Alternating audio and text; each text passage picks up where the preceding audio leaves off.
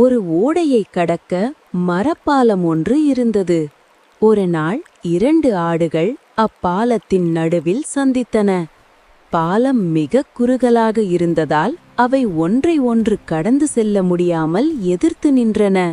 வெள்ளை நிற ஆடு மற்ற கருப்பு நிற ஆட்டை பார்த்து, "நீ நகர்ந்து பின்னே செல், நான் பாலத்தை கடந்து அப்பால் சென்றபின் நீ செல்லலாம்" என்றது.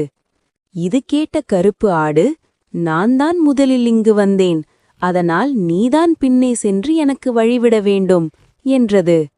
2 ஆடுகளும் வெகு நேரம் வாதாடி முடிவில் சண்டையில் இறங்கின. இரண்டும் மோதிக்கொண்டு சண்டையிட்டன. அதனால் நிற்க முடியாமல் கீழே நீரில் விழுந்தன. அந்நீரால் அவை அடித்து செல்லப்பட்டன. சில நாட்களுக்குப் பிறகு அதே இடத்தில் வேறு 2 ஆடுகள் சந்தித்தன. அவை ஒன்றுக்கொன்று எதிர்த்து சண்டையிடவில்லை.